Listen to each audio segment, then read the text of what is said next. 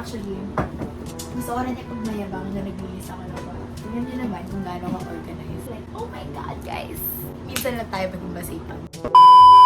Okay, so let's start na kasi dal-dal ko na naman. Hi guys! So today, we're going to film a makeup tutorial because I'm bored and wala tayong magawa sa buhay. Pero yes, I have a drink with me right now. I made some TikTok coffee. Ano yung tawag yun? Yung dalgona something. GG na. Let's go. Let's do this makeup look. Yes. Yes. Let's first start with moisturizing our face. I use a moisturizer from the Face Shop. I don't know if they still have this in stock or if they still produce this, pero maganda siya. So yes, if you have oily skin, I highly recommend this. It helps mattify your skin and at the same time, it's a moisturizer. So it's good actually to moisturize your skin kung oily skin ka. Kasi it helps control the production of oil in your face. Ang dami ko sinasabi. Oh my God. Paglaban natin to. More tayo, diba? Panindigan mo, nagsimula ka na. So next, we're going to be putting on some setting spray. This is actually a base din. Para siyang Max Fix Plus pero mas cheap. It's from Art Deco. It's the 3-in-1 makeup fixing spray. Woo! Okay. Very refreshing actually. Very good investment. I think it's less than 1K. So, next.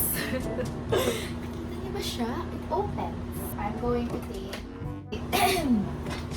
the Professional Pearl Primer. I actually have the regular Professional. Pero I'm gonna try this one kasi I've been hearing lots of good things about the Pearl version of this. So, try naman natin siya.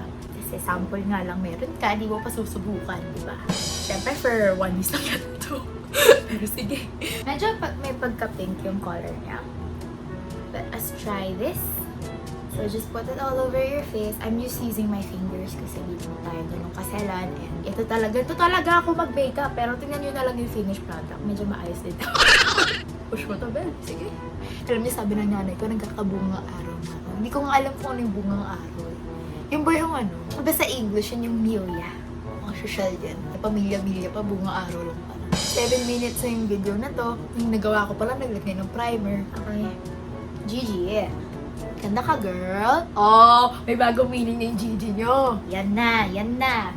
Susunod. Ito ang aking foundation.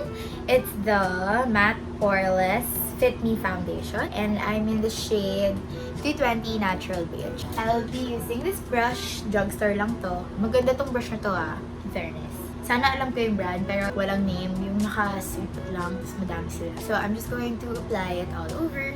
Alam nyo kasi, bago ko i-film tong video na to, nasa Bumble ako. Kaya lang, naka-100 swipe left na ako. Na-bored na ako sa aking buhay. Kaya may makeup tutorial na lang tayo. So, takpan ng buong araw. Sinabi ng nanay ko na meron ako. Takpan din mga tigawat sa ilong. Takpan mula. Pinta ka na ng bago mukha, girl. Alam nyo, nung bata ako, meron na akong makeup tutorial dyan. Hanapin nyo na lang kung masipag kayo. Pero yun, kahihiyan nyo ako eh. Kinahihiya ko na nga sarili ko ngayon. Hindi ko alam ginagawa ko. Sabihin ko yung salamin kasi nahiya na yung kaluluwa ko sa inyo. Charot! Bring it down to the neck para hindi awkward or walang lines to the ears na din. Blended na siya. Wala akong concealer. Moving on. So we're done with our foundation. We're done with our base, basically. Let's move on to the brows. For the brows, I am going to be using nothing. Wow. Nagpapabaksa talaga ako ng kilay. And usually, pinapatungan ko ng brow gel. Pero ubos na yung brow gel ko. Kaya, susukulayin na lang natin siya. Kala nyo, professional makeup tutorial to? Hindi. Kung meron ko yung brow gel, patungan nyo na ng kulay. Or pencil, I recommend the Benefit Brow Pencil. Maganda talaga yun. Talaga favorite ko sa lahat ng nagamit ko so far. Yan. Nasuklay mo na, wala nagbago, move on tayo. So, for your eyes, I'm gonna do something very fun today to match my outfit. It's a very fun pantsuit actually. And meron siyang pockets. So, I have this kit from BYS. It's called Rebel. And these are the colors. Let me show you. And we're also going to be using an eyeshadow palette from H&M. This is the Smoky Eyeshadows. So we're gonna put on some eyeshadow primer first because I want it to stay on. I am using the MAC Pro Longwear Paint Pot. Okay. once you have it on your eyes, it's time to put on the eyeshadow. Oh my god. Okay, so ano nga ba gagawin natin sa eyeshadow? Hindi ko na alam. 15 minutes itong video na to. Oh my god. I'm gonna use favorite blending brush ko from that same brand. Hindi ko alam pangalan. Dapat tunahin ko yung like dark colors na para hindi masapawan. Alam niyo, hindi ko talaga alam ginagawa ko. Ba't ba ako pinakikinggan?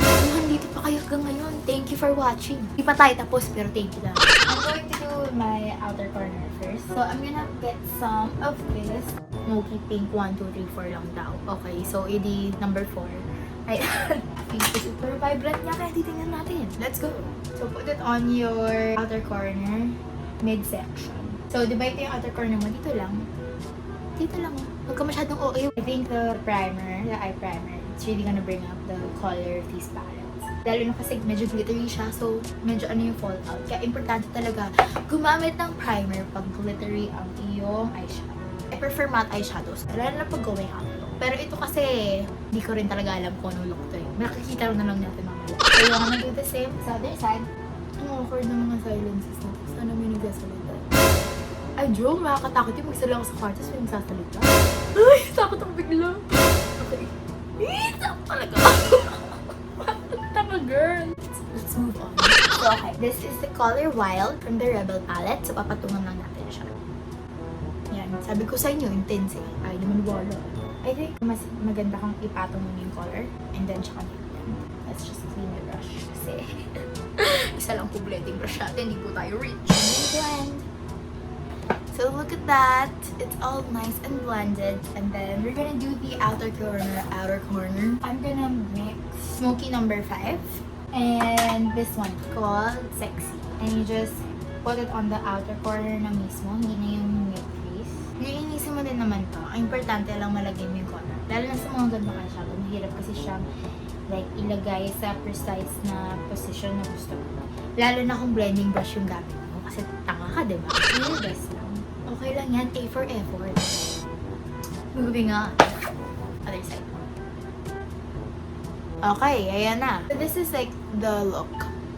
Pag hindi pa malinis. And then, you're going to clean it up now. I am going to be using this white color. There. So let's get it all over the lid. Look at that. So your eyes are super bright now. And you just want to put sa inner corner. And you also put the top. I'm going to use the Fearless color from this palette. So just put it on your brow bones. Let's just clean up this like outer part para blend lahat ng colors. So this is the eye look right now. And we're going to put on some mascara. I'm going to be using the Mad Lash from The Balm. Always replace your mascara after 3 months kasi trust me, it is needed. Okay, other eye. Dami nagsasabi sa akin na mukha daw akong may eyeliner pag hindi ako nag-makeup. And hindi ko maintindihan bakit kasi napaka-pangit ko kaya. Kasi alam niyo ba, muntik na ako bigyan ng infraction ni Sir Ma kasi akala niya talaga naka-eyeliner ako. Oh my god, girl! Ayan na! Naka-mascara ka na. Ang laban natin. Palang makeup eh. Kala mo may pupuntahan, hindi ka makakaalis ng bahay. Alright. Contour na, and I use the favorite, the all-time favorite, Cheek Parade from Benefit. So I'm gonna use Hula. Tingnan niyo, baligtad na siya. Natatanggal. Hindi po to fake. Madaming beses lang siya napagsak. Kaya, ayan. Let's go! Hula! Hula, hula! Para kang tanga.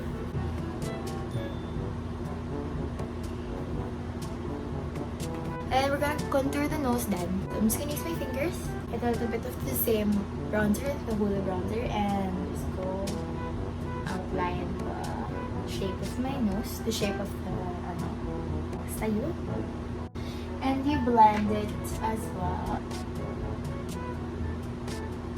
Oh, back. Tapos ang ilong mo na. Highlight and blush. I will be using the Balm Hot Mama blush. Ano yung pang-a-apply natin? Wala. Wala tayong blush. Let's just use our fingers kasi it's an ongoing theme. Lagay ilagay. Kunwari, masaya ka, ganun. Sige. Yan na. Nag-blush ka na. Super light na. Pero nakikita siya, di ba? Highlight. Ganun din ang gagamitin ko. From the Balm din siya. This is the Mary Lou Manizer.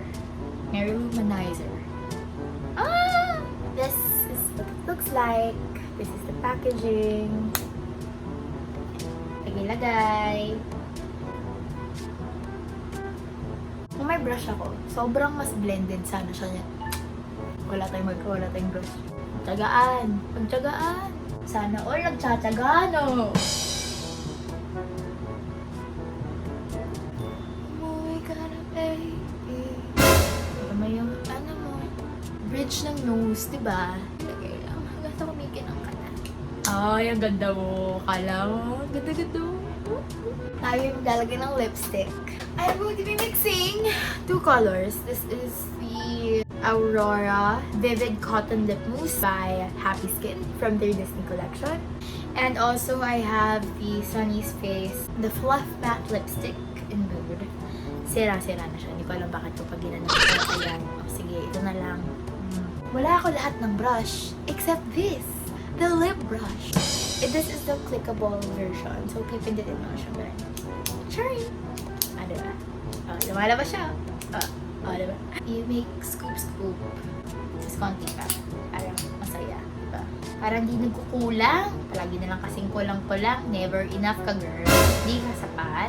Baka naman, palagi ka naman di sapat. Bakit ba labas ng labas? Kada sandok kong ganun, may lumalabas pang konti. Stop na. Tingin na. Ayoko na nga, diba? Konti ng mood. And then, you mix. See, ang ganda ng kulay kasi hindi siya like overpowering na brown. Hindi rin siya yung parang super orangey na nude. Like, look at that. It's a perfect color. By the way, I put on a lip balm before starting the video. Yun yung parang lip primer.